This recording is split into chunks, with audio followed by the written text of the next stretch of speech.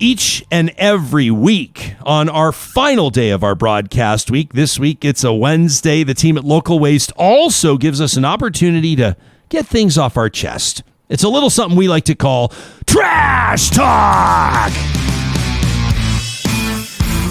All right, Maurice kicks us off this week, says, honestly, how hard is it to refill the ice tray after you dump it out? Yes, family members who are probably watching right now, I am using our favorite program, Real Talk, to speak directly to you through Ryan Jesperson's mouth. This happens every time you empty the ice tray, but you don't take the 5 seconds to fill it up again with water. And then here's old Maurice. It's 38 degrees outside, working up a bit of a sweat to get some yard work done so everybody can relax together on July 1st, and the freaking ice tray empty. I don't leave empty toilet paper rolls on the dispenser. I don't leave empty cereal boxes in the pantry. I don't return your Jeep with the gas tank empty. And I sure as heck don't leave you with an empty ice tray in the middle of a record-smashing heat wave. That's just cold, says Maurice. Nicely played. This one from Gerald Logan, who says, in 2020, the Canada Pension Plan Investment Board delivered an annual return of 12.1%. AIMCO delivered a return of 2.5%. Can we please talk about this? If we create an Alberta pension plan, I will opt out. This is also why ATRF needs to be given back to the board.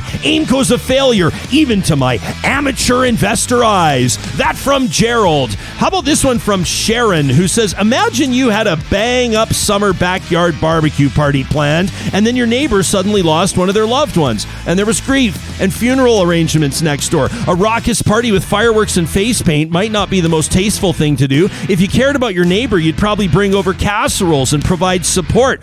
Then imagine you found out it was your grandparents who caused the death of their loved one. What would you do then? Even more inappropriate to hold your party.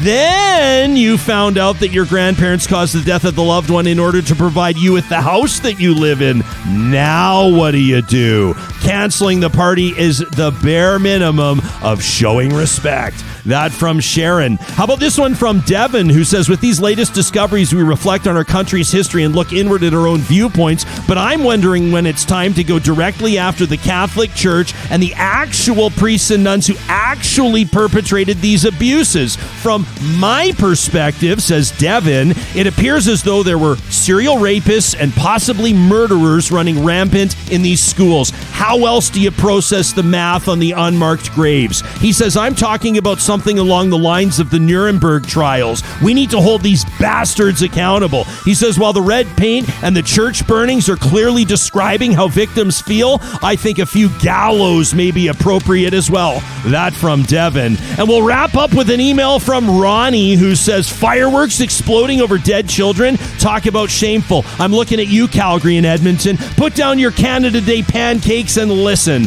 Consider the families, children, lives annihilated in the creation of this country.